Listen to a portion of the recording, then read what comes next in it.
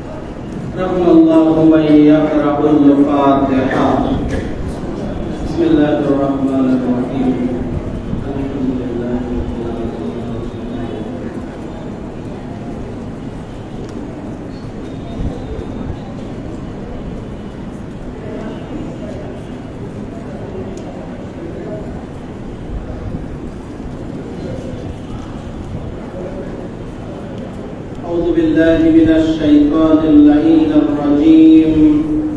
بسم الله الرحمن الرحيم. لا حول ولا قوة إلا بالله العلي العظيم. والصلاة والسلام على أشرف الأنبياء والمرسلين وسيدنا ونبينا وحبيب قلوبنا وطبيب نفوسنا وشفيع ذنوبنا مولانا أبي القاسم محمد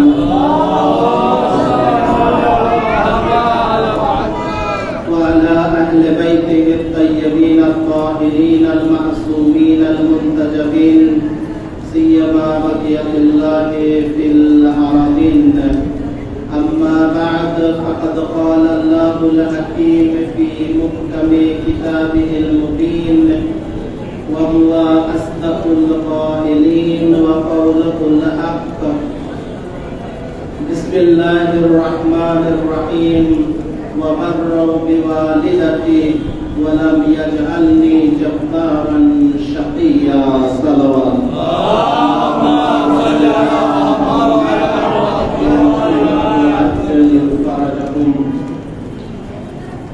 আজিজানে গেরামি মুহিব্বিনে আহলে বাইত আযাদারানে হুসাইন, আজ আমরা নওচান্দির মজলিসে এখানে উপস্থিত হয়েছি। অত্যন্ত গুরুত্বপূর্ণ আজকের এই দিন। আমরা পবিত্র জিলহজ মাসে অবস্থান করছি। আমরা 3টা দিন জিলহজ মাসের অতিবাহিত করেছি। আজ জিলহজ মাসের 4 তারিখের রাত। তো আপনারা সকলেই জানেন জিলহজ মাস অত্যন্ত ঘটনাবহুল একটি মাস, যে মাসে প্রথম তারিখেই আমাদের পৃথিবীর সর্বশ্রেষ্ঠ জটিল বিবাহ বন্ধন কিন্তু এই দিনে হয়েছিল। সর্বশ্রেষ্ঠ যিনি আল্লাহর ঘর থেকে এসেছিলেন তিনি ছিলেন জামাই, আর সর্বশ্রেষ্ঠ কন্যা যিনি রাসূলের ঘর থেকে এসেছিলেন। তো এর চেয়ে বড় জুটি আর কখনো হতে পারে না। তো এই জুটির বিবাহ ছিল এই মাসের প্রথম দিনে। আসমানি একটি জুটি, ঐশী একটি জুটি, যাদের প্রতি আল্লাহ সন্তুষ্ট ছিলেন এবং যাদের গোটা জীবন আল্লাহর আনুগত্যে অতিবাহিত হয়েছে। তাদের জীবনের প্রত্যেকটা দিক আমাদের জন্য শিক্ষণীয়। তাদের জীবনের যে বিবাহ, তাদের যে জন্ম, তাদের যে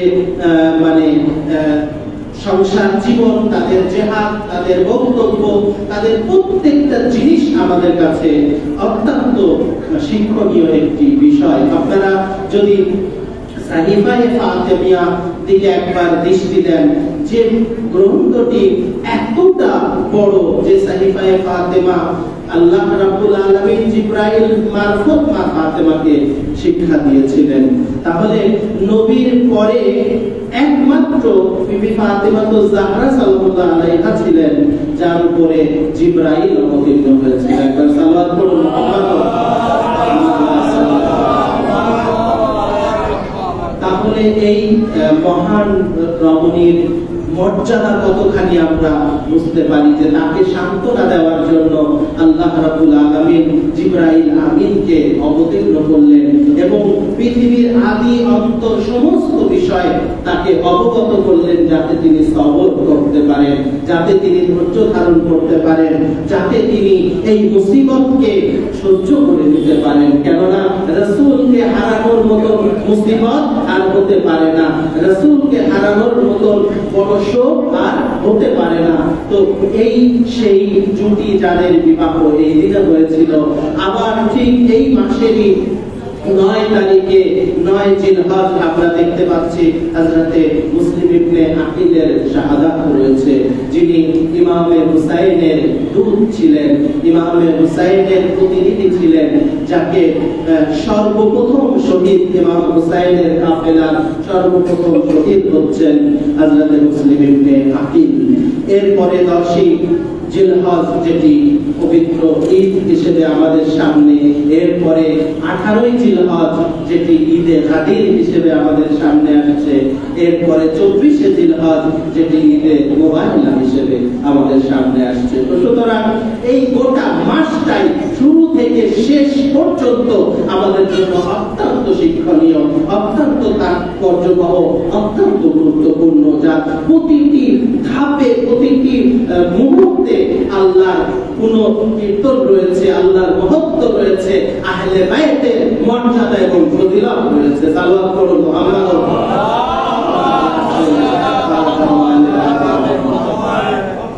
তো আমরা সেই মাসে অবস্থান করছি, যে মাস অত্যন্ত গুরুত্বপূর্ণ একটি মাস। আমি আপনাদের সামনে খুব দীর্ঘ আলোচনা করব না, যেহেতু গরমের দিন, আমি খুবই সংক্ষেপে বলতে শেষ করব।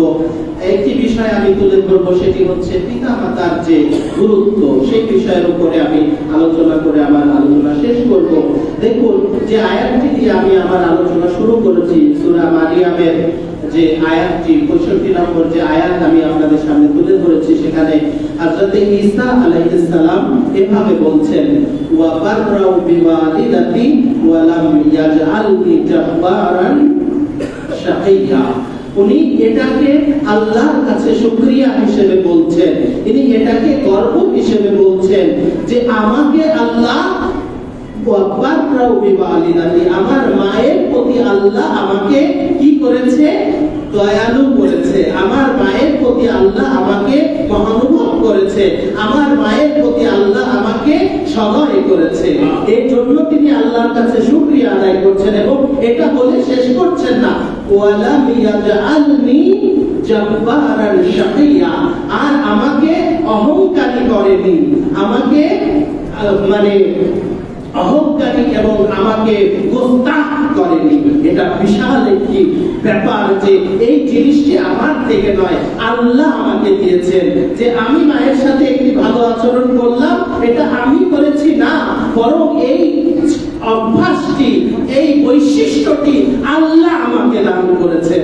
তো সুতরাং হযরতে ঈসা আলাইহিস সালাম, যিনি আল্লাহর একজন মনোনীত নবী, যিনি একেবারে শৈশবে কথা বলেছিলেন, আর কোন নবী নাই যিনি শৈশবে কথা বলেছিলেন, ইন্নী আব্দুল্লাহ আতানিয়াল কিতাব ওয়া জাআলানি নবিয়্যা।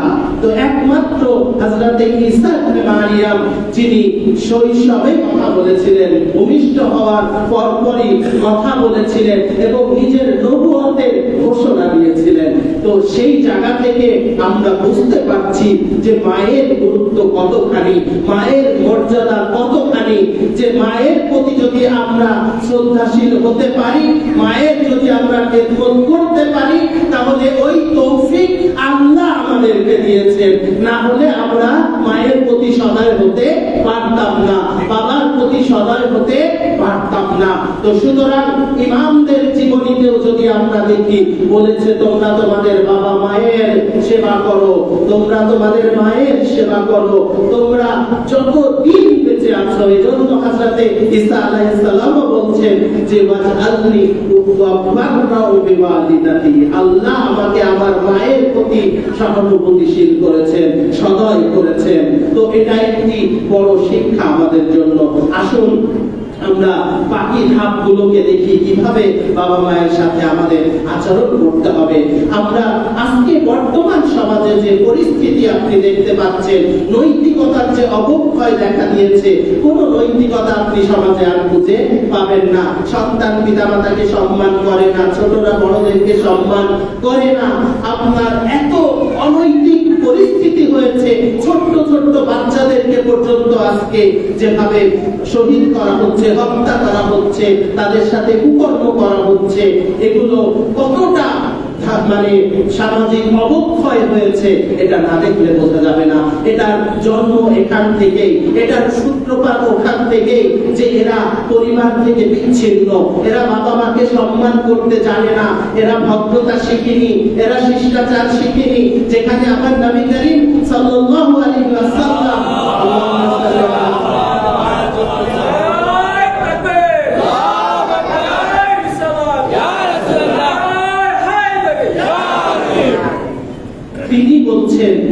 বুস্তুলে উতাম্মিনু মাকারিমুল আখলাক।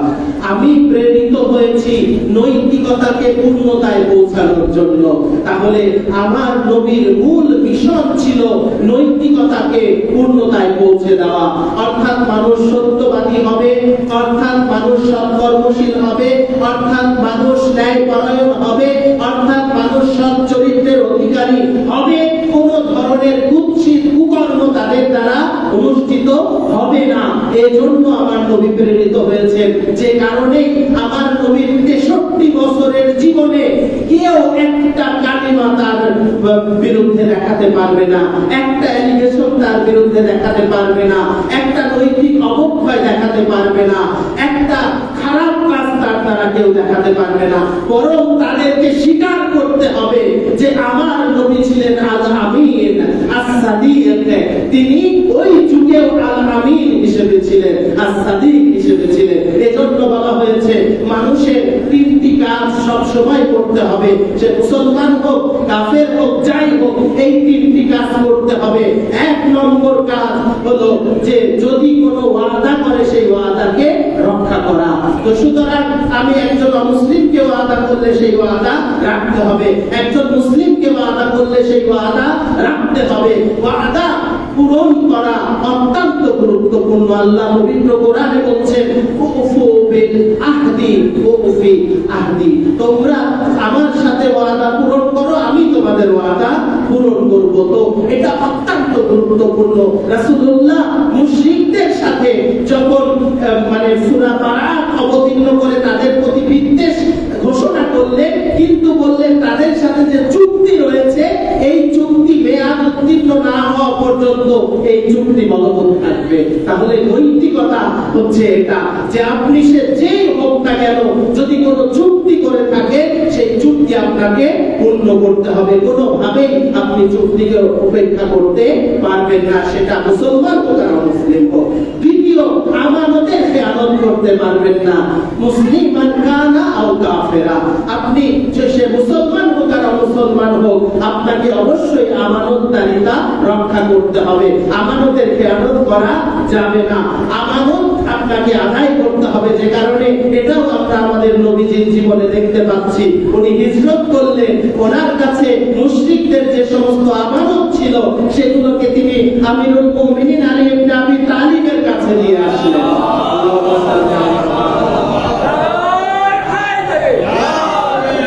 এখানেও বিষয়টি অত্যন্ত লক্ষণীয় যে আমানত রাসূলুল্লাহকে দিয়েছেন, সেই আমানত উনি অন্য কারো হাতে দেননি, রাসূলের মতো একজনকে দিয়েছেন, আর তিনি হচ্ছেন আলী ইবনে আবি তালিব। অর্থাৎ এই আমানতকে যেভাবে নবী করিম রক্ষা করেছেন, আলী ইবনে আবি তালিব ওইভাবেই রক্ষা করবেন।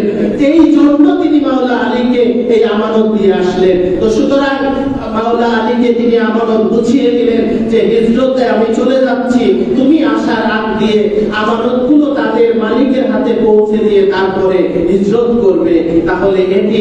এবং তৃতীয় যে জিনিসটি বলা হয়েছে পিতা মাতার সাথে সদাচার করা, সেটা মুসলিমান কানা আও কাফেরান, পিতা মাতার সাথে সদাচার করতে হবে, তাই সে মুসলমান হোক আর অমুসলিম হোক। যে কোনো মানুষের দায়িত্ব তার বাবা মায়ের সাথে সে সদাচার করবে। একটি চমৎকার ঘটনা রয়েছে, জাকারিয়া নামে এক ব্যক্তি ছিল, যিনি ইমামে জাফর সাদিক আলাইহিস সালামের কাছে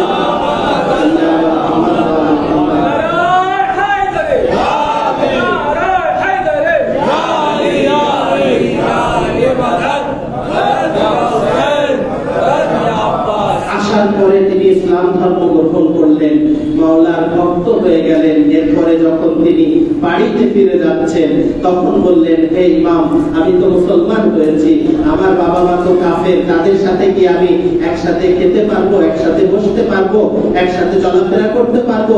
ইমাম বললেন যে আগের চেয়েও বেশি তুমি বাবা মায়ের সেবা করবে, আগের চেয়ে বেশি তাদের খেদমত করবে। তারপরে বলল, আমি কি তাদের সাথে একসাথে বসে খাবার খেতে পারবো? বলছে, হ্যাঁ, তারা যেহেতু আহলে কিতাব, খ্রিস্টান, খাওয়া যাবে। হ্যাঁ, তবে যদি তারা কোনো শুকরের মাংস খায়, হারাম জিনিস খায়, সেটা থেকে তুমি খেতে পারবে না। কিন্তু যদি তারা এগুলো না খায়, তুমি সহজেই তাদের সাথে একত্রে বসে খাদ্য গ্রহণ করতে করতে পারবে।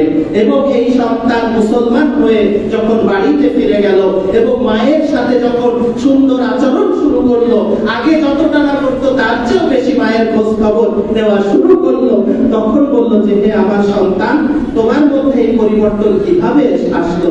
বললো যে আমি আমার ধর্মকে পরিবর্তন করেছি, আমি যে ধর্মকে এখন গ্রহণ করেছি সেই ধর্মের পিতামাতার প্রতি সদাচার করতে বলা হয়েছে, সেই ধর্মের পিতামাতাকে খেদমত করতে বলা হয়েছে, সেই ধর্মে তাদের সেবা যত্ন করতে বলা হয়েছে। তো সুতরাং আমার ইমামের নির্দেশ আমি আপনার সাথে সদাচার করছি। তখন তার মা বলল, তাহলে এই যে লোকটি এরকম কথা বললেন তিনি আর কি শিক্ষা দিয়েছেন? বলেছেন নামাজ পড়তে বলেছেন, রোজা রাখতে বলেছেন, কোরআন তেলাওয়াত করতে বলেছেন, সাদকা দিতে বলেছেন, দান করতে বলেছেন, মানুষের উপকার করতে বলেছেন। তখন বলছে তিনি কি নবী? তখন সে বলল না, তিনি নবী নন, নবীর উত্তরসূরি, নবীর সন্তান, তিনি হচ্ছেন ইমাম। তখন সেই মাও সেই সন্তানের সাথে ইসলাম ধর্ম গ্রহণ করলো। সাল্লাল্লাহু করুন মুহাম্মাদু আলাইহি।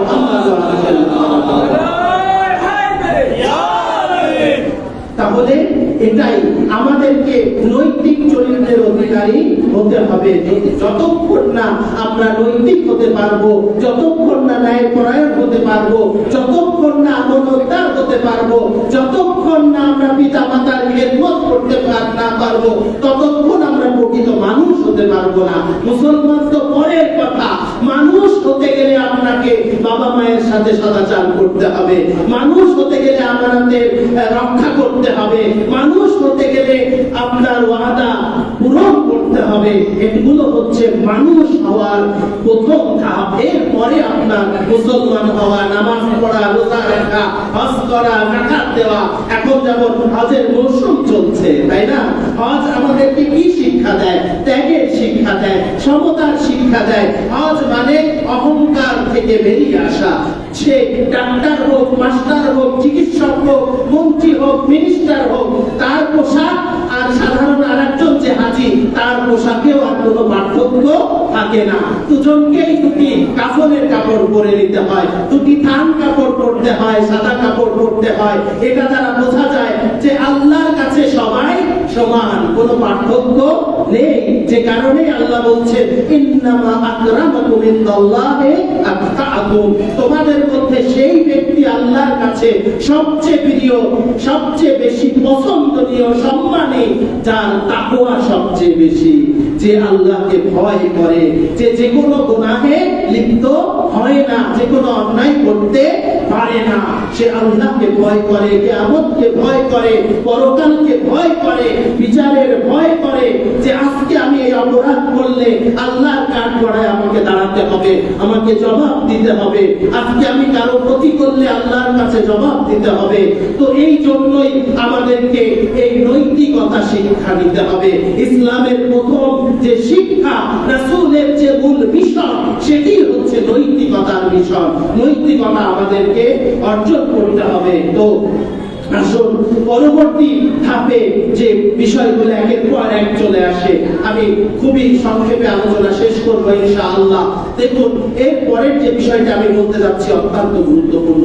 এখানে আমি একটি হাদিস বলবো আপনাদেরকে, যে হাদিসে রাসূলুল্লাহ বলেছেন ইরহামু মাউতাকুম বিসসাদাকাতি ওয়াদ দুআ, তোমরা তোমাদের মৃতদেরকে দুই ভাবে সহযোগিতা করো। ইরহামু মাউতাকুম, দয়া করো তোমাদের মাইয়াতকে, মৃতদেরকে। কিসের মাধ্যমে? বিসসাদাকাতি ওয়াদ দুআ, সাদকা এবং দোয়ার মাধ্যমে তোমরা তোমাদের মাইয়াতদেরকে সহযোগিতা করো, রহম করো, দয়া করো। এই জন্য বলা হচ্ছে যে মানুষ তেজ্য হয়। অনেক সময় মানুষ তার খারাপ আচরণের কারণে বাবা মা তাকে কি করে?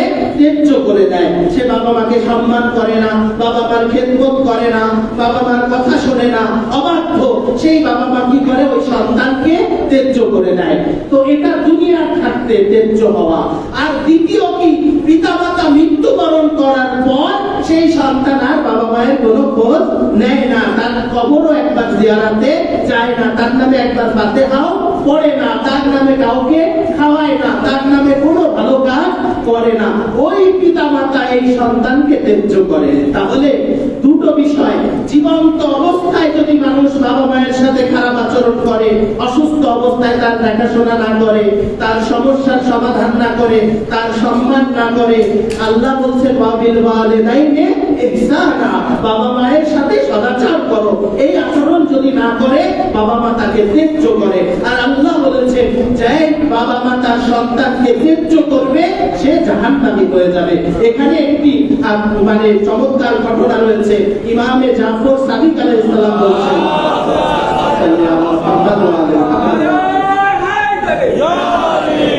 যে আমার বাবা ইমাম বাকির আলাইহিস সালাম একবার একটা যুবককে দেখলেন যে সে তার বাবার সাথে খারাপ আচরণ করছে। যেদিন থেকে আমার বাবা তাকে দেখলেন আর সেই লোকের সাথে আমার বাবা কথা বলেননি। কথা বলা তো দূরের কথা, আর কোনোদিন তার মুখের দিকেও তিনি ফিরে তাকাননি। এটা কত বড় শিক্ষা ইমাম দিয়ে গেলেন যে তোমরা যদি মানুষ হতে চাও, মুমিন হতে চাও, তাহলে বাবা মায়ের সাথে সদাচরণ করো। যে ইমামের সামনে কোন সন্তান তার বাবার সাথে খারাপ আচরণ করেছে, ইমাম তার মুখের দিকেও আর ফিরে তাকাননি, তার সাথে আর কখনো কথা বলেননি। তাহলে যে ইমাম আজকে দুনিয়াতে বাবা মায়ের সাথে খারাপ আচরণ করার জন্য তার সাথে কথা বলে না, তার দিকে তাকায় না, সেই ইমাম কি আখিরাতে আপনার শাফাআত করবে? নিঃসন্দেহে করবে না। তাহলে ইমামের শাফাআত পেতে গেলে বাবা মায়ের খেদমত করতে হবে, বাবা মায়েরকে সম্মান করতে হবে। আজকে যে মায়ের জন্য আজকে এখানে ইসলামের সাহাবের মজলিসের কথা বলা হয়েছে, এটাও সেই সাদকায়ে জারিয়া, এটা হচ্ছে বাবা মায়ের প্রতি সেই ইহসান, এটা হচ্ছে সেই দয়া, এটা হচ্ছে সেই ইরহামু মাওতাকুম ফিস সাদাকাতি ওয়াদ দুআ।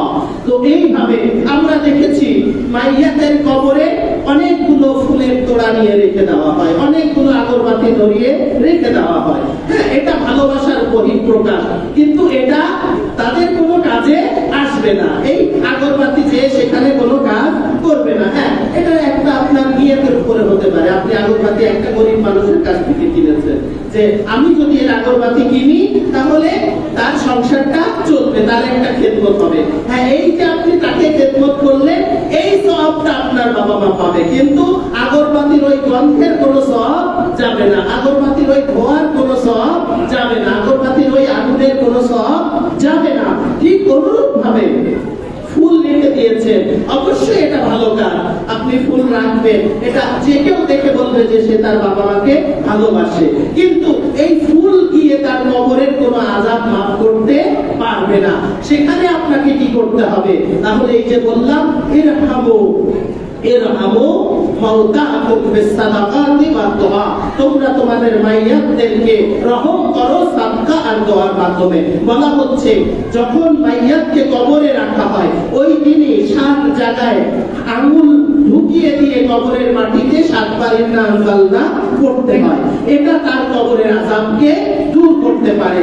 সেখানে সূরা ইখলাস পড়তে হয়, সেখানে সূরা ফাতিহা পড়তে হয়, এগুলো তার কবরের আযাব দূর করবে।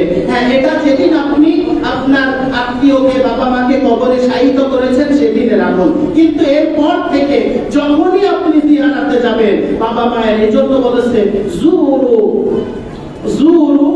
কুবুরুকুম, তোমরা তোমাদের কবরগুলোকে জিয়ারত করো। এই যখনই জিয়ারতে যাওয়া হবে কি করতে হবে? একবার সূরা ফাতিহা পড়তে হবে, 11 বার ইন্না আনজালনা পড়তে হবে, 3 বার ইখলাস পড়তে হবে, একবার আয়াতুল কুরসি পড়তে হবে, একবার সূরা মুলক পড়তে হবে, একবার সূরা ইয়াসিন পড়তে হবে। সালাওয়াত পড়ুন মুহাম্মদ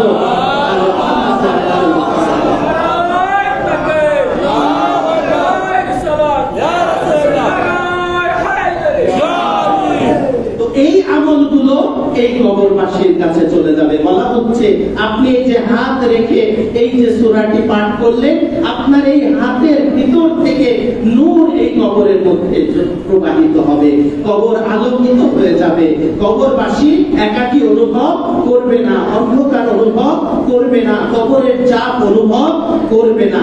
এইভাবে আমাদেরকে, সুতরাং দুই ভাবে, একটা আপনার ভালোবাসার প্রকাশ সেটা করতে হবে, মোমবাতি জ্বালান, আগরবাতি জ্বালান, ফুল দেন, পানি ছিটিয়ে দেন, এগুলোর জায়গা নিজের জায়গায় রয়েছে, কিন্তু এটার কোনো সওয়াব যাবে না, এটা শুধু আপনার আবেগটা প্রকাশ পাবে। আপনার ভালোবাসাটা প্রকাশ পাবে। হ্যাঁ, এটারও প্রয়োজন রয়েছে। বাবা মাকে আমাদের সওয়াবও যেমন দিতে হবে, ভালোবাসাও তেমন দিতে হবে। এই জন্য জিয়ারাত যেতে হবে, জিয়ারাত ভুলে যাওয়া যাবে না। যে কারণে বলা হয়েছে যে আজকে বাবা মা তো অনেক বড় মাপের জিনিস, তাই না? আপনি যদি বাইরে থেকে আসেন, বাবা মার জন্য কোনো হাদিয়াও না নিয়ে আসেন, বাবা মা খুশি হয়ে যায়, তাই না? আর যদি হাদিয়া নিয়ে আসেন আরো খুশি হয়ে যায়। আবার যদি একটু বেশি হাদিয়া নিয়ে আসেন আরো খুশি হয়, কারণ অন্যদেরকেও দিতে পারে, বলে আমার ছেলে এই হাদিয়াটা নিয়ে এসেছে। ঠিক একই সিনারি, একই প্রেক্ষাপট আখিরাতের জন্য রয়েছে সেখানে। অর্থাৎ আপনি যদি শুধু আপনার মায়ের কবর জিয়ারতে যান, তাতেই আপনার মা খুশি হবে। হ্যাঁ, সেখানে গিয়ে যদি আপনি ফাতিহা পড়েন আরো খুশি হবে। এই ফাতিহা পড়ে যদি পুরো কবরবাসীর উপরে পৌঁছে দেন আরো খুশি হবে। কারণ হচ্ছে এটা বলবে, সবাই এসে বলবে যে তোমার ছেলে তোমার জন্য হাদিয়া নিয়ে এসেছে, আমাদের জন্য হাদিয়া নিয়ে এসেছে। সালাম করো মুহাম্মদ।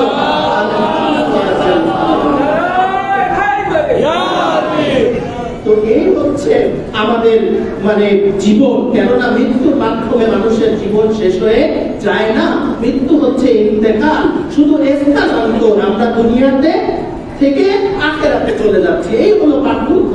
আর কোনো পার্থক্য নেই। আমরা সেই আমি থেকে যাচ্ছি। এখন এই জন্য বললাম যে দুনিয়াতে যেমন বাবা মায়ের খোঁজ খবর রাখতে হবে, বাবা মায়ের সেবা যত্ন করতে হবে, মৃত্যুর পরেও তাদেরকে ভুলে যাওয়া যাবে না। তাদের কবরে জিয়ারতে যেতে হবে, তাদের নামে সাদকা দিতে হবে। হ্যাঁ, এবারে দেখুন আরেকটি ঘটনা আমি বলে আমি মাসাইলে চলে যাব। দেখুন, বলছে যে এক ব্যক্তি কিছু লোকমা খাচ্ছিল একটা বাগানে বসে, লোকমা খাচ্ছিল আর তার সামনে একটা কুকুর বসা ছিল। সে এক লোকমা খাচ্ছিল, কুকুরকে এক লোকমা দিচ্ছিল। তো এটা দেখার পর ইমাম খুব খুশি হলেন। সেখানে গেলেন, যে বললেন আমি কি এখানে প্রবেশ করতে পারি? তখন বললেন, হে ইমাম, আমি তো এখানে গোলাম, আমি তো এখানে মালিক না, আমি আপনাকে কি অনুমতি দিব? তো আপনার জন্য সব জায়গায় অনুমতি, যেহেতু আপনি আমাদের ইমাম। তো এরপরে বললো যে তুমি দেখলাম যে নিজে এক লোকমা খাবার খাচ্ছ, কুকুরকে এক লোকমা খাবার দিচ্ছ, এর কারণটা কি? তখন বললেন ইয়া রাসূলুল্লাহ, হে আল্লাহর রাসূলের সন্তান, আমি আপনার নানার কাছ থেকে শুনেছি, রাসূলের হাদিস রয়েছে যে আল্লাহ বলেছেন আফজালুল আমাল বা'দাস সালাত ইদখালুস সুরুর ফি কলবিল মুমিন। সালাত পড়ো মুহাম্মদ ওয়া আলা মুহাম্মদ। তো ইমামকে সে এইভাবে জবাব দিচ্ছে, নিজের মুখে জবাব দিচ্ছে না, বলছে যে আমি জবাব দিব রাসূলের হাদিসের মাধ্যমে। সেটা হলো এই যে আপনার নানা বলেছে, রাসূল করিম সাল্লাল্লাহু আলাইহি ওয়া সাল্লাম বলেছেন যে নামাজের পর আল্লাহর নিকট সবচেয়ে বড় ইবাদত হলো মুমিনকে খুশি করা। কত বড় হাদিস এটি দেখুন। তাহলে কি আফজালুল আমাল বা'দাস সালাত ইদখালুস সুরুর ফি কলবে মুমিন। একজন মুমিনের অন্তরে আনন্দ দেওয়াটা হচ্ছে নামাজের পরে আল্লাহর নিকট সবচেয়ে বড় ইবাদত। তো বলছে, হে ইমাম, আমার তো নিজের কিছু নেই, আমি কি করে একজন মুমিনকে খুশি করব, তাই না? আমি তো নিজেই এক দাস, আমি তো না কোনো টাকা দিতে পারবো না, পয়সা দিতে পারবো।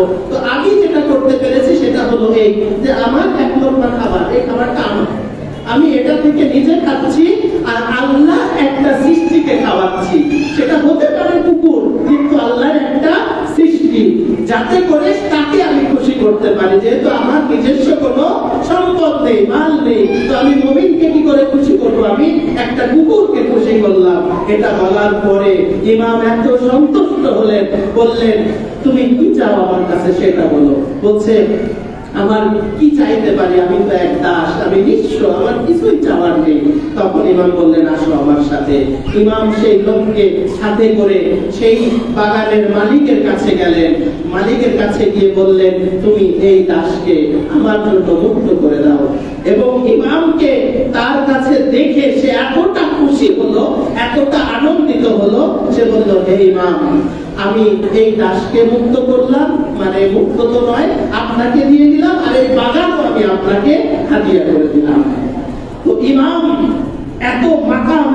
মর্যাদা রাখেন যে ইমামের খাতিরে ওই গোলাম এবং ওই বাগান সহ সেই ইমামকে দিয়ে দিল।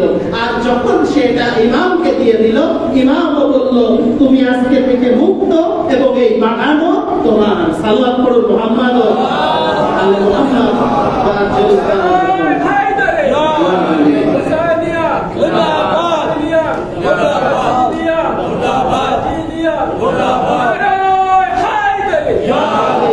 তাহলে এই উদাহরণটা এই জন্য টেনে নিয়ে আসা যে আপনি যদি আল্লাহর খুশির জন্য একটা পশুকে এক লোকমা খাবার দেন, সেই লোকমা আপনাকে কোথা থেকে কোথায় নিয়ে আসতে পারে, একজন গোলাম থেকে মালিক বানিয়ে দিতে পারে। এটা হচ্ছে আল্লাহর করুণা। তো সুতরাং আমরা যদি বাবা মায়ের জন্য এভাবে খেদমত করি, তাহলে তারা দুনিয়া থেকে বিদায় নিয়েছেন ঠিকই, এখন যদি আমরা তাদের নামে একজনকে খাওয়াই, দুজনকে সহযোগিতা করি, এই সওয়াব তাদের মাকামকে জান্নাতে কত উপরে নিয়ে যেতে পারে, তাদের মর্যাদা কত বৃদ্ধি করে দিতে পারে, তাদের গুনাহ খাতাকে মাফ করে দিতে পারে। তো সুতরাং এই দৃষ্টিকোণ থেকে আমাদেরকে জীবনের উপরে দৃষ্টিপাত করতে হবে। আল্লাহর সন্তুষ্টির জন্য আমাদেরকে জীবন যাপন করতে হবে। যে কাজে আল্লাহর সন্তুষ্টি রয়েছে, যে কাজে আল্লাহ খুশি হয়, আমাদেরকে সেই কাজ করতে হবে। যে কাজে নবী করিমের সন্তুষ্টি রয়েছে, যে কাজে আহলে বাইতের সন্তুষ্টি রয়েছে, আমাদেরকে ওই দিকে ধাবিত হতে হবে, ওই কাজগুলোই করতে হবে। এজন্যই তো আমরা যে কোনো মজলিস হোক না কেন, আহলে বাইতের ফাজাইল আমরা বর্ণনা করি, আহলে বাইতের গোলামি হিসেবে নিজেকে সাবেত করার চেষ্টা করি। যদি আহলে বাইতের গোলাম হতে পারি, তাহলে তো জাহান আমাদের হাতে চলে আসবে। কেননা তারা গোলামকেও বঞ্চিত করে না, নিজে যেটা খান গোলামকে সেটাই খেতে দেন, নিজে যেটা পড়েন গোলামকে সেটাই পড়তে দেন, নিজে যেখানে থাকেন গোলামকে সেখানেই থাকতে দেন। তো সুতরাং এরকম মানুষদের গোলাম হওয়াটা আমাদের জন্য সৌভাগ্যের। তো আমি আজকের এই পবিত্র দিন, আজকের এই শাবে জুমা, অত্যন্ত গুরুত্বপূর্ণ দিন। আজকে মারহুমের ইসালের জন্য, ইসালে সাওয়াবের জন্য এই মজলিসে আমরা বসেছি। নওচান্দির মজলিস এবং পাশাপাশি মারহুমার যে ইসালে সাওয়াব, দুটোই কিন্তু আমরা এখানে পাচ্ছি। তো আসুন আমরা দেখি কারবালার প্রান্তরে কি পরিস্থিতি ঘটলো। আমরা আজকের মতন দিন, যেটা জিলহজ মাস, আমার ইমামে হুসাইন কারবালার ময়দানে অবস্থান করছেন। এখনো তিনি মক্কায় রয়েছেন। 7ই জিলহজ তিনি মক্কা থেকে কারবালার উদ্দেশ্যে রওনা করবেন। আজকে যেভাবে হাজিরা বিভিন্ন জায়গায় অবস্থান করছে, কেউ মিনাতে, কেউ আরাফাতে, কেউ মক্কায়, কেউ মদিনায়, আজকে আমার ইমাম হুসাইন ওইভাবে মক্কায় অবস্থান করছেন। কিন্তু আজরুকুম আল্লাহ, আমার ইমাম এই উম্মতের হাতে, এই নানান উম্মতের হাতে আমার ইমামকে সেই মক্কা ত্যাগ করতে হবে, এতটা মজলুম অবস্থায়। আজরুকুম আল্লাহ, আমরা দেখতে পাচ্ছি যে কারবালার ময়দানে আমার ইমামকে সঙ্গ দেওয়ার জন্য মাত্র 72 জন ছিল, কিন্তু আমার ইমাম যেদিন মক্কা থেকে রওনা দেন, তখন ইমামের সাথে কমপক্ষে 4000 লোক ছিল। কিন্তু পথের মাঝখানে যেখানে যেখানে আমার ইমাম উঠে দাঁড়াচ্ছিলেন, ভাষণ দিচ্ছিলেন এবং বলছিলেন যে আমাদের এই যাত্রা শেষ যাত্রা, যারাই আমার সাথে আসবে সবাই শাহাদাত বরণ করবে। আরে যারা শহীদ হওয়ার জন্য প্রস্তুত আছো তারা আমার সাথে আসো, আর যারা শাহাদাতের জন্য প্রস্তুত নেই তারা চলে যেতে পারো। আমরা দেখতে পাই প্রত্যেকটা মানজেলে আস্তে আস্তে সাহাবাদের সংখ্যা কমতে থাকলো এবং কারবালার ময়দানে যখন ইমাম পৌঁছালেন মাত্র 72 জন। আমার ইমামে হুসাইন মুসলিম অবস্থায় কারবালায় প্রবেশ করলে, আরে তখনও তো সবাই ছিল, হযরতে আবুল ফাজল আব্বাস ছিলেন, সব জায়গায় ভাইয়ের পাশে পাশে ছিলেন। আরে ভাইয়া, আরে কোথায় তাবু কাটতে হবে, আরে কোথায় ঘোড়া রাখতে হবে, আরে কোথায় বিবি জায়নাবের তাবু হবে, আব্বাসকে বলো, আরে আব্বাস ব্যবস্থা করে দিলে আজির কুমার আল্লাহ। আরে বলে আমার বাবু আরে তার তালাবদারিকে নিয়ে কারবালায় প্রবেশ করেছিলেন। আরে কিন্তু 10 মুহররম, আরে একের পর এক যখন আমি ইবনে মাজাহের শহীদ হয়ে গেল, আরে যখন মুসলিম শহীদ হলো, মুসলিম ইবনে আউসাদ শহীদ হলো, আরে যখন আউন শহীদ হলো, মুহাম্মদ শহীদ হলো, আরে আমার বিবি যায়নাব কাঁদেননি।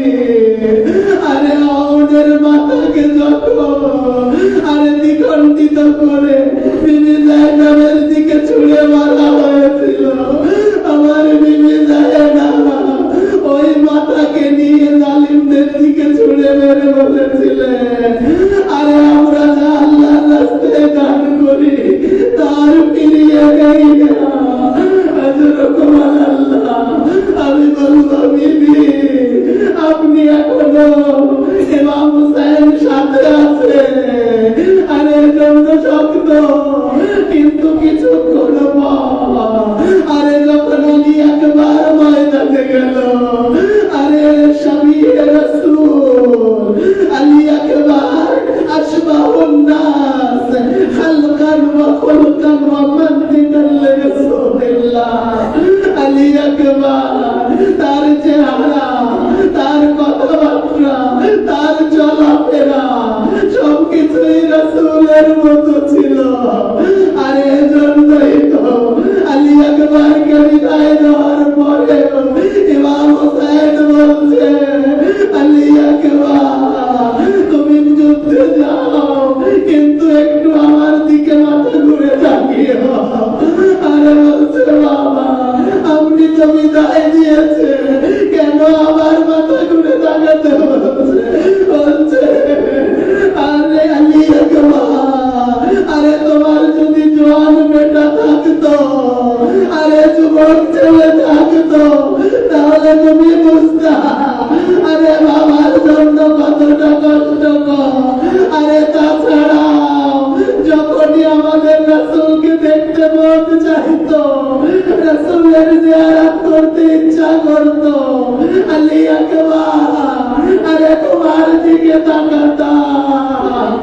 কিন্তু একবার কারবালার ময়দানে এমন আওয়াজ আসলো, ইয়া বাদরিকিনি ইয়া হুসাইন আদরিকিনি।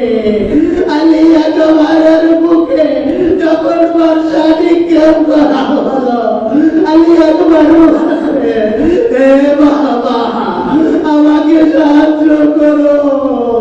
আরে ইমাম হুসাইন তার 18 বছরের যুবক, আলী একবার যখন সাহায্যের জন্য ডাকছে, আরে দুলজানা নিয়ে এত বেগে ছুটে গেলে, আরে আলী একবারের মাথাকে নিজের কোলে রাখলে।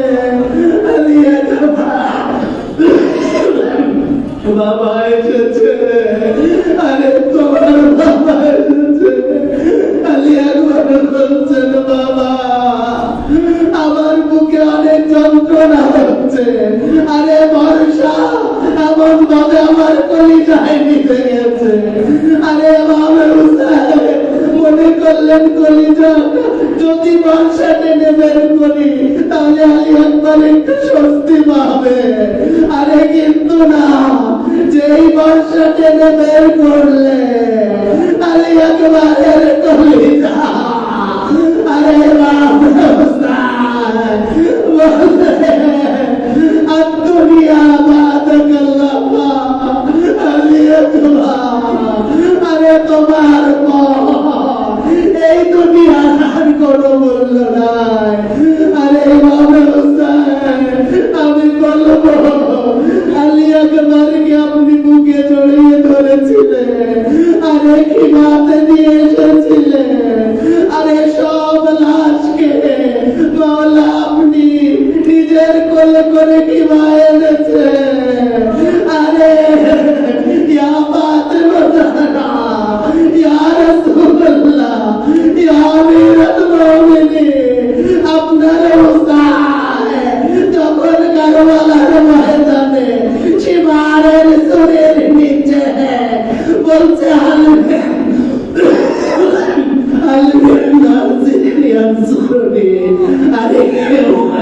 আসেনি, ইমাম হুসাইনের মাথা কেউ কোলে তুলে নেয়নি।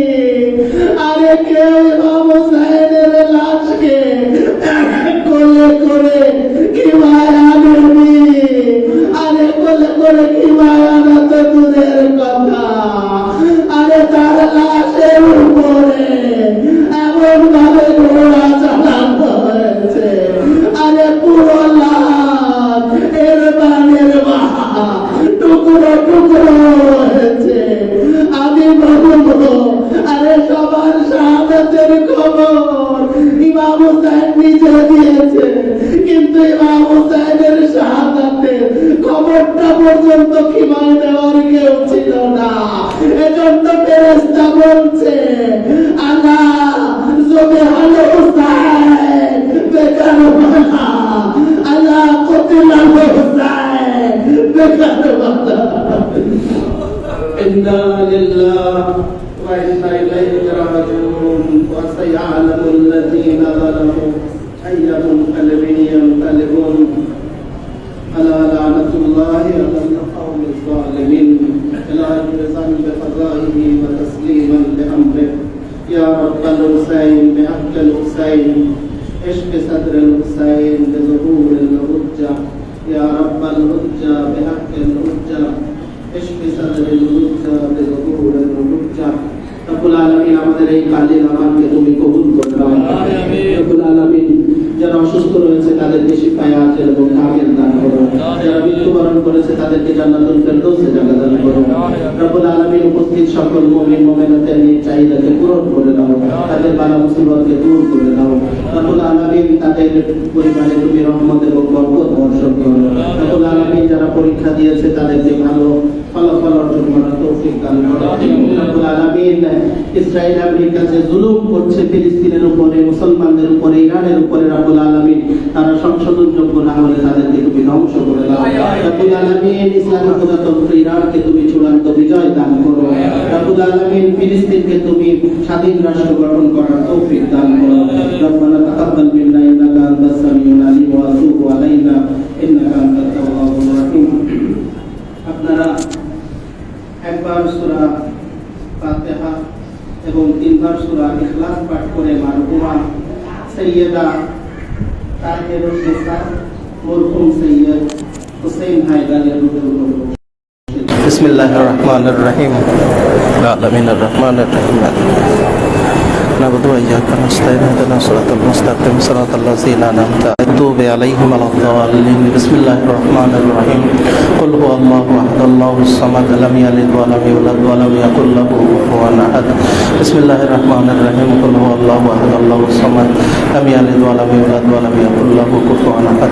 بسم الله الرحمن الرحيم. قل هو الله أحد الله الصمد لم يلد ولم يولد ولم يكن له كفوا أحد.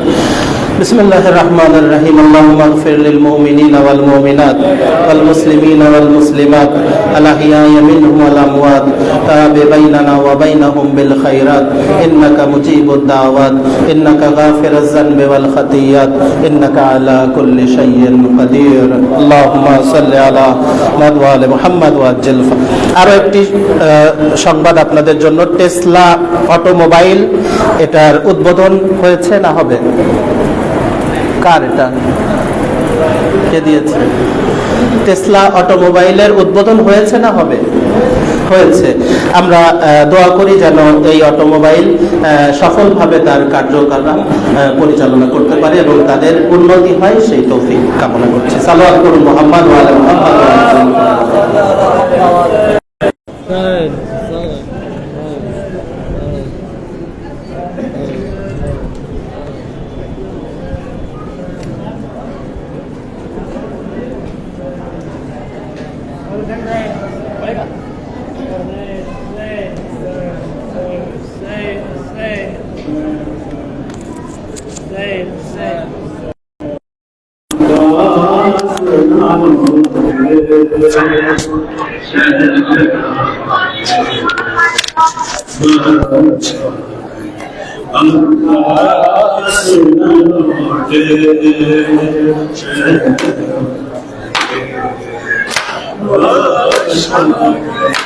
عباس نہ لوٹے مختل کی زمین آ گئی عباس نہ لوٹے شہر آ گئے ماشاء عباس نہ لوٹے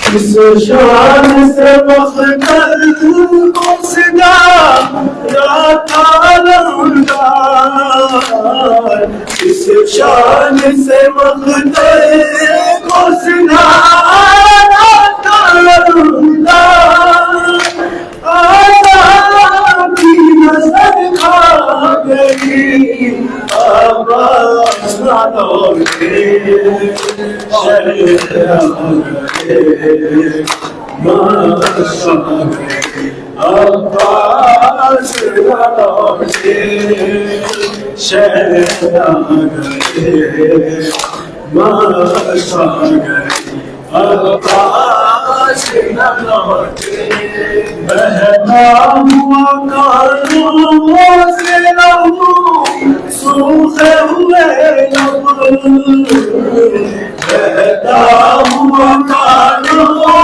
سے لہو سوکھے ہوئے لب دکھلا نہیں سکی نہیں عباس نہ لوٹے شہر آ گئے ماشاء عباس نہ لوٹے شہر آ گئے ماشاء عباس نہ لوٹے دیتی رہی آواز میرا بس سکینہ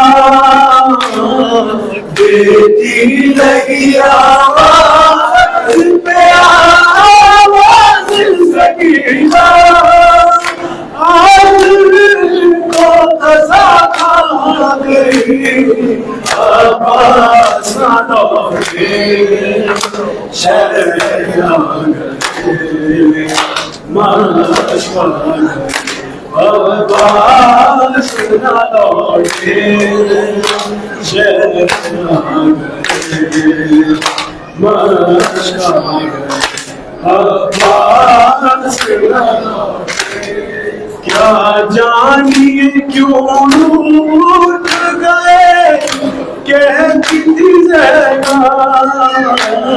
کیا جانیے کیوں روٹھ گئے کہتی تھی زینب رخسار کی گھڑی آ گئی عباس نہ لوٹے شہر آ گئے ماشاء عباس نہ لوٹے شہر آ گئے ماشاء عباس نہ لوٹے پانی کے لیے باش کو علم لے کے گئے تھے پانی کے لیے باش کو علم لے کے گئے تھے ڈھل گیا راتا گئی عباس نہ لوٹے شہر آ گئے ماشاء عباس نہ لوٹے شہر آ گئے ماشاء عباس نہ لوٹے خیموں میں لگی آگ تو منہ کو بلانے خیموں میں لگی آگ تو منہ کو بلانے معصوم سکینہ گئی عباس نہ لوٹے شہر آ گئے ماشاء वापस न लौटे मख्तल की ज़मीन आ गई वापस न लौटे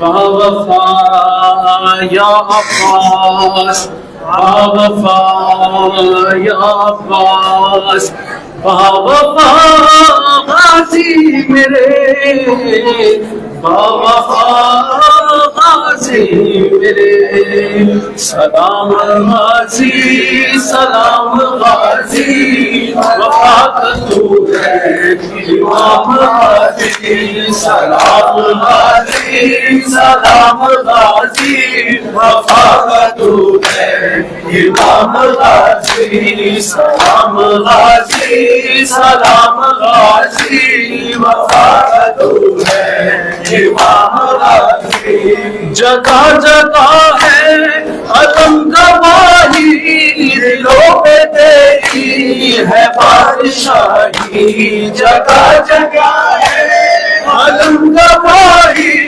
दिलों पे तेरी है बादशाही लबों पे तेरा ही नाम गाजी वफा का तू है इमाम गाजी सलाम गाजी सलाम गाजी वफा का तू है इमाम गाजी तेरे गम का है हम पे साया लंबे साया है पंजतन का तेरे गम का है हम पे साया लंबे साया है पंजतन का बुलंद तेरा मकाम गाजी वफा का तू है इमाम गाजी सलाम गाजी सलाम गाजी वफा का तू है इमाम गाजी अलम का जब से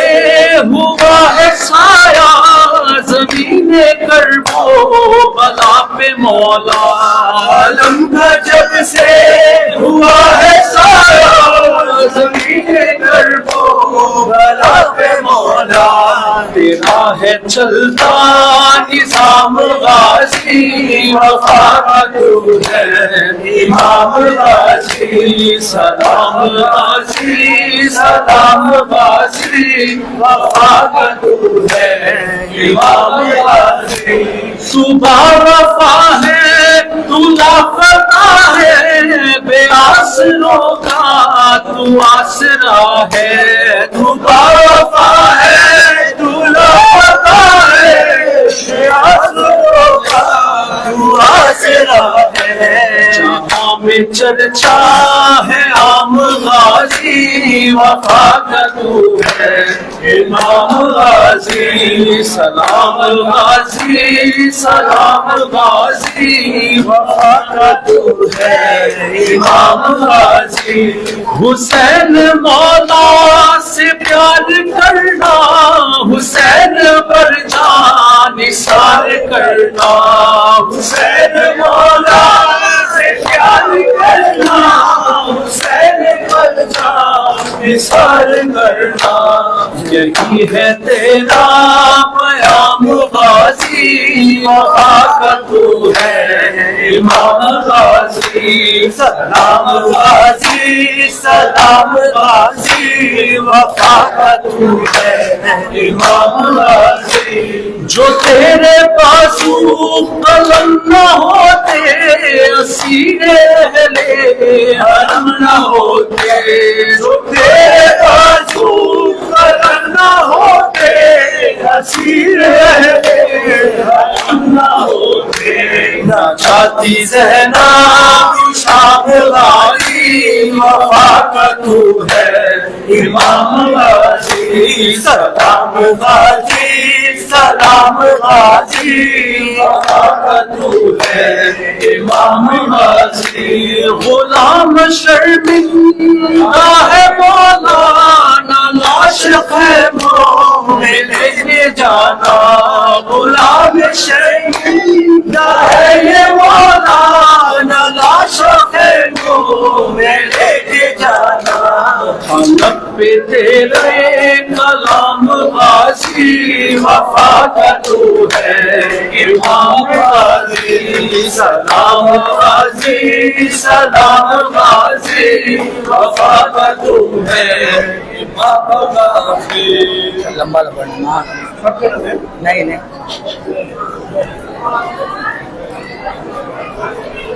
महफूज काफिला है अब्बास जो जिंदा है, अभी दूर करबला है, अभी दूर करबला है, अभी दूर करबला है।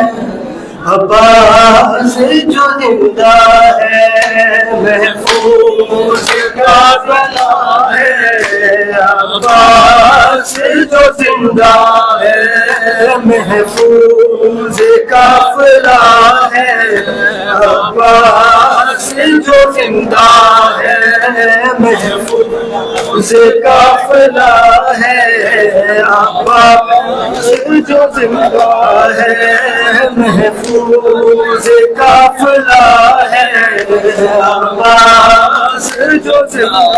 इस नूरी कारवां में नूरी सवारियां है, नूरी सवारियों में नूरी सवारियां है, नूरी सवारियां है।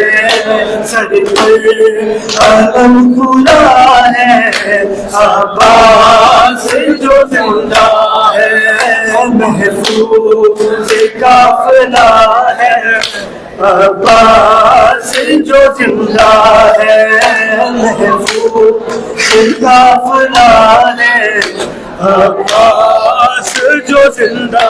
इस नूरी कारवां में नूरी आवारियां है, नूरी आवारियों में नूरी सवारियां है, नूरी सवारियां है। सर पर अलम खुला है, अब्बास जो जिंदा है, महफूज काफिला है, अब्बास जो जिंदा।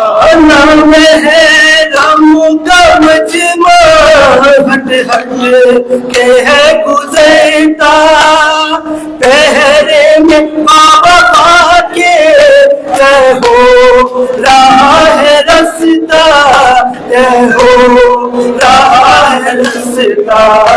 क्या शान दबदबा है, अब्बास जो जिंदा है, महफूज काफिला है, अब्बास जो जिंदा। अब्बास अब्बास अब्बास अब्बास अब्बास अब्बास। ज़ैनब भैया की मलका कुलसूम और रुकैया, लैला रामाब फरवा कुबरा सकीना फीज़ा, कुबरा सकीना फीज़ा। हर भी दीवानिदा है, अब्बास जो जिंदा है, महफूज काफिला है, अब्बास जो जिंदा है। अभी दूर करबला है, अभी दूर करबला है, अभी दूर करबला है, अब्बास जो जिंदा है। हंस गए से खेलती है, खुश है बहुत सकीना, जब चाहती है सोना है बजा का सीना, है बजा سکینہ کب سے آشنا ہے عباس جو زندہ ہے محفوظ قافلہ ہے عباس جو زندہ ہے ابھی تو کربلا ہے ابھی تو کربلا ہے ابھی تو کربلا ہے عباس جو زندہ ہے عباس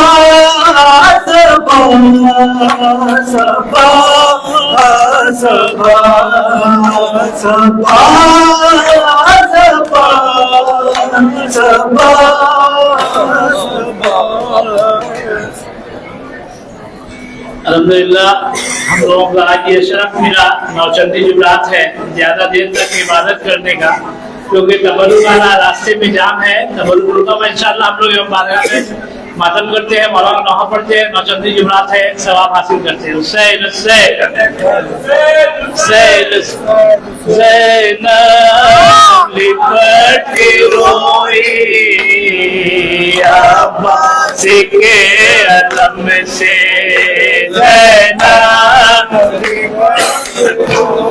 سب مل کے عباس کے نشان سے زینب لپٹ کے روئی عباس کے نشان سے ایسا غیور بھیا ایسا غیور بھیا لاؤں گی پھر کہاں سے زینب لپٹ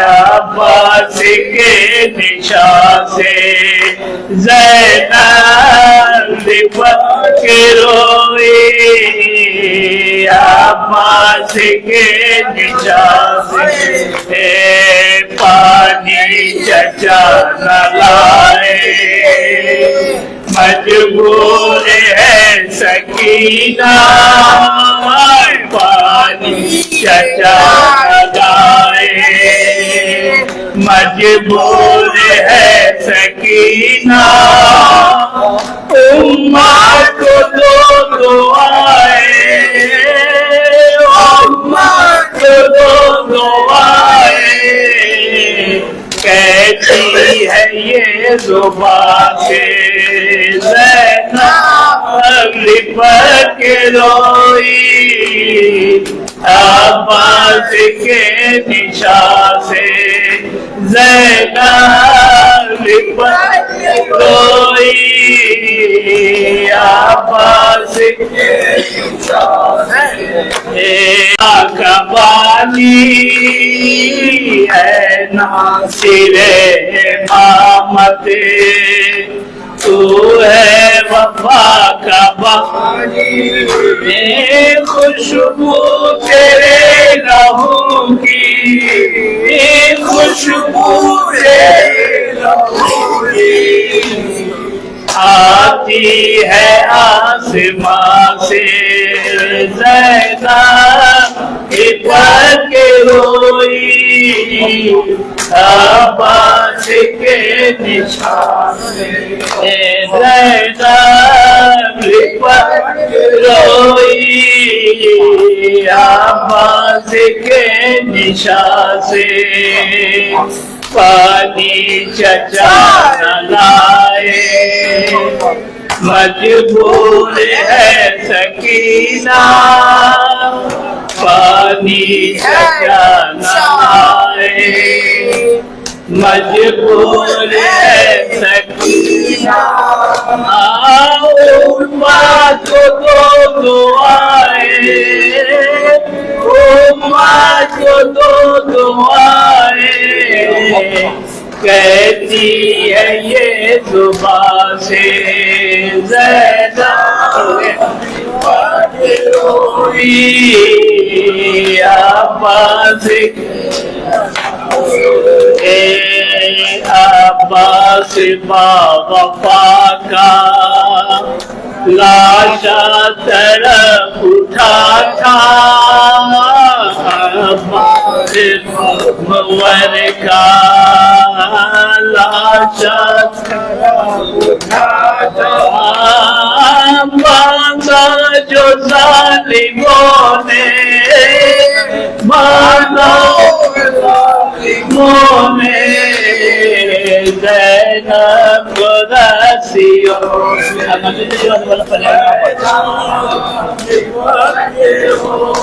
حضرات مومن آپ سب سامنے آئے چونکہ آج نوچندی جمعرات ہے بھی ہم لوگ فریادی نوحہ پڑھتے ہیں اس کے بعد انشاءاللہ زیارت پڑھتے ہیں پر محمد آل محمد صلوات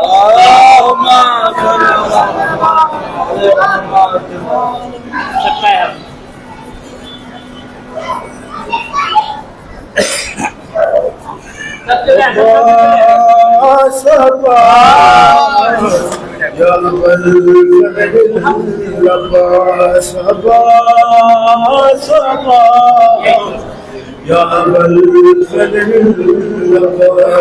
سرکائے حرم رکھ لینا حرم سرکائے حرم رکھ لینا حرم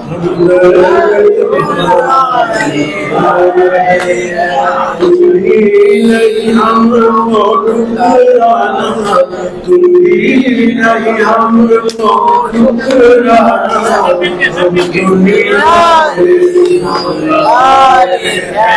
سرکائے حرم رکھ لینا حرم سرکائے حرم رکھ لینا حرم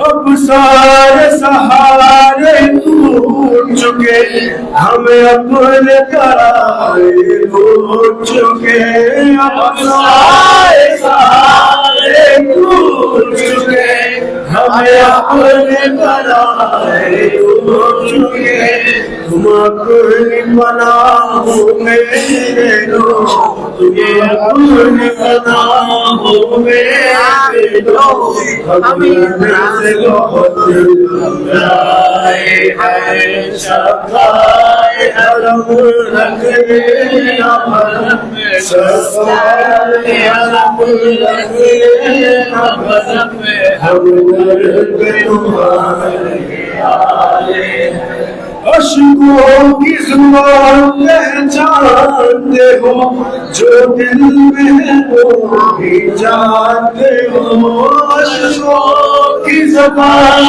پہچانتے ہو جو دل میں ہے وہ جانتے ہو ہم کہہ نہیں سکتے تم سن لو ہم کہہ نہیں سکتے تم سن لو بس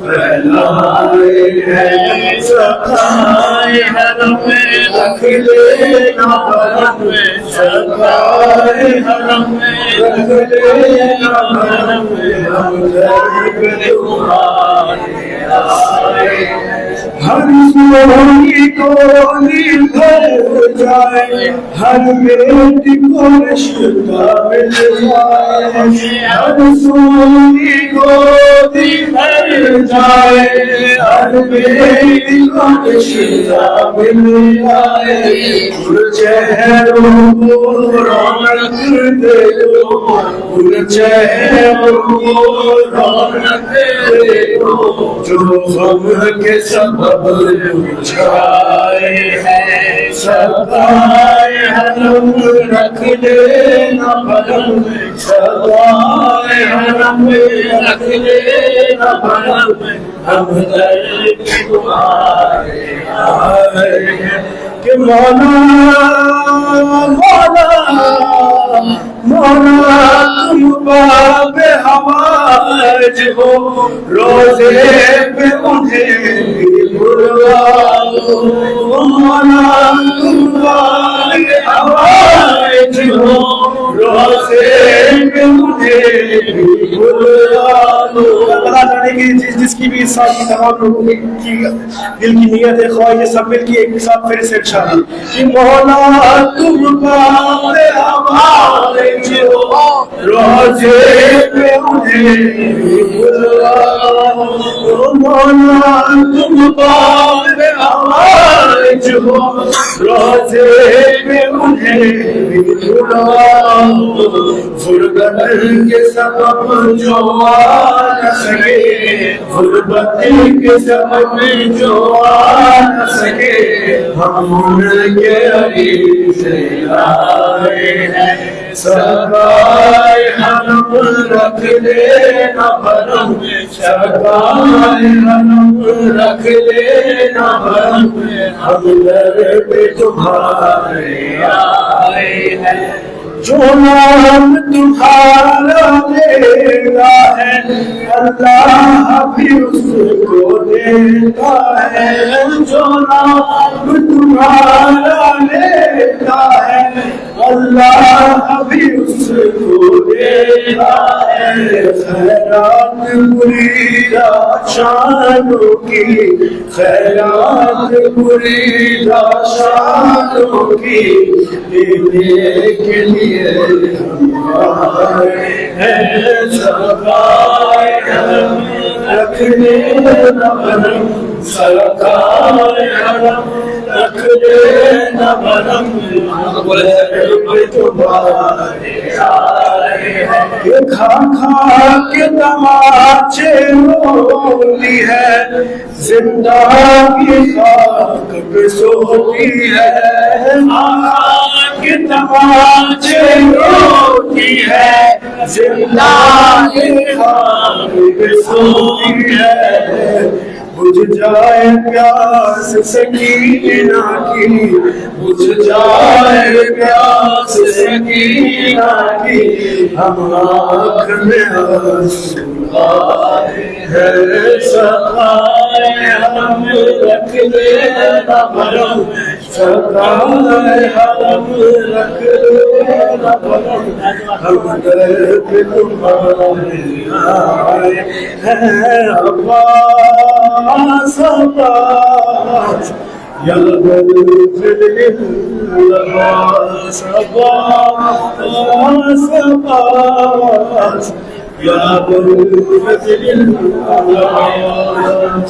या मोहम्मद सल्लल्लाहु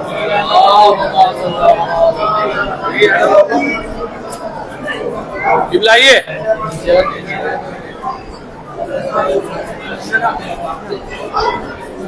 या अल्लाह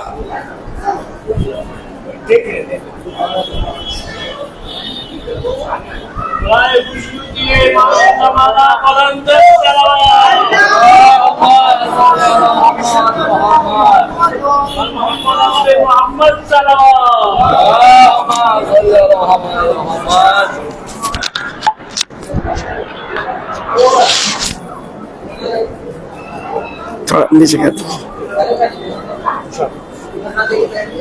اللهم صل على محمد وآل محمد وعجل فرجهم.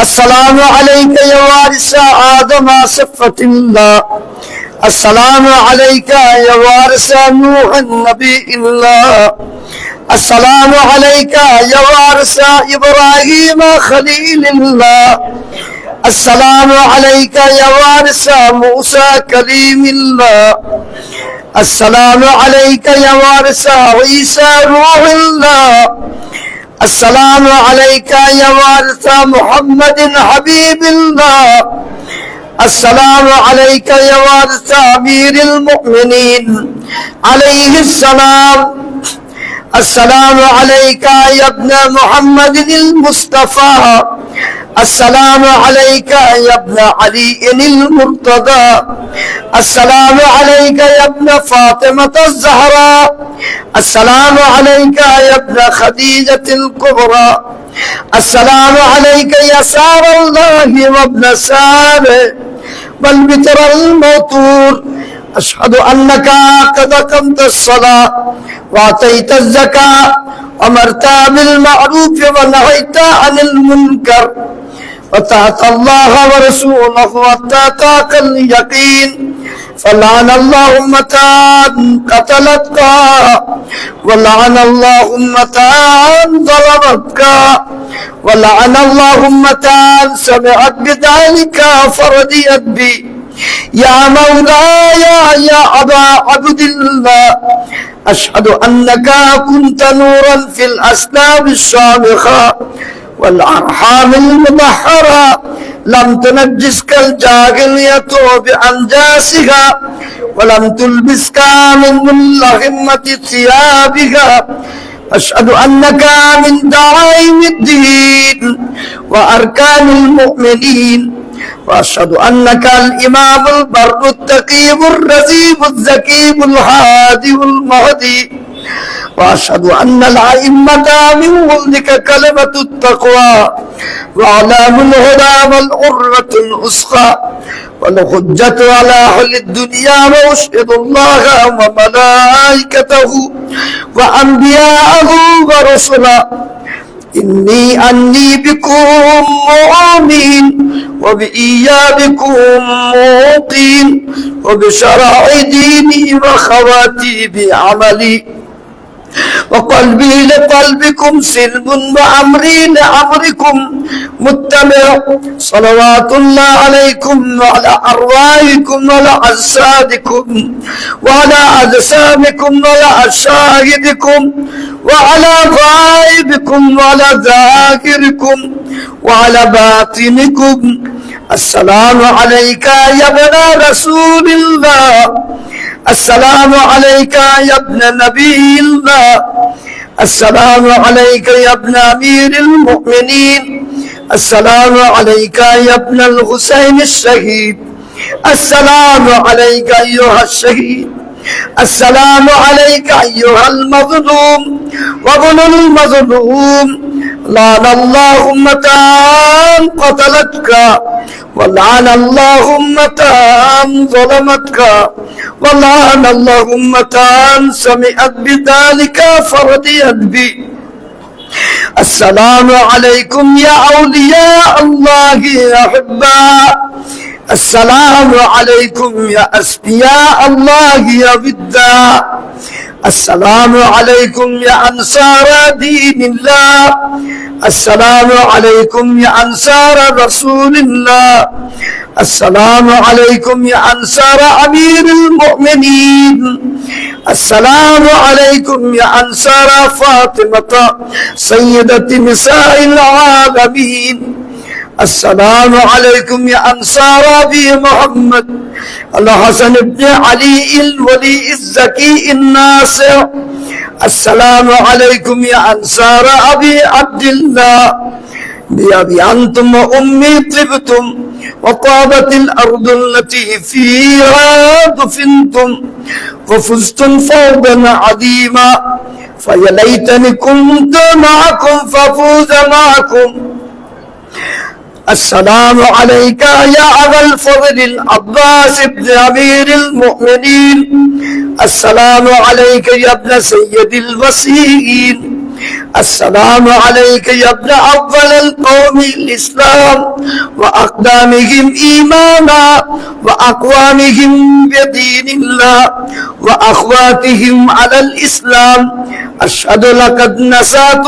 لله ولرسوله ولأخيك فالنعم العاق المصيف لعن اللومتان قتلتك ولعن اللهمتان ظلمتك ولعن اللهمتان استحلت منك المحارم وانتهكت حرمة الإسلام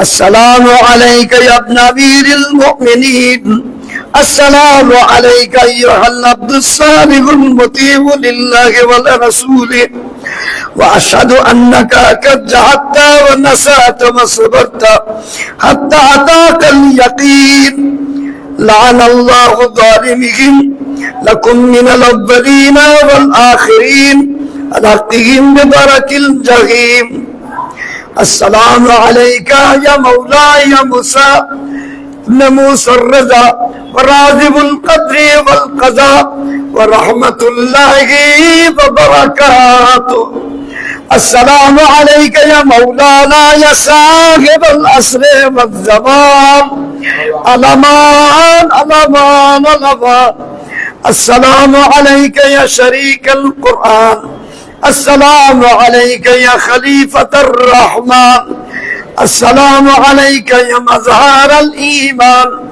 السلام عليك يا مولانا إمام الإنس والجان أجل الله تعالى فرجاك وسأل الله تعالى مخرجك وظهورك وجعلني من أنصارك وبانك السلام عليك يا أهل بيته النبوة ومعادن رسالة جميعا ورحمة الله وبركاته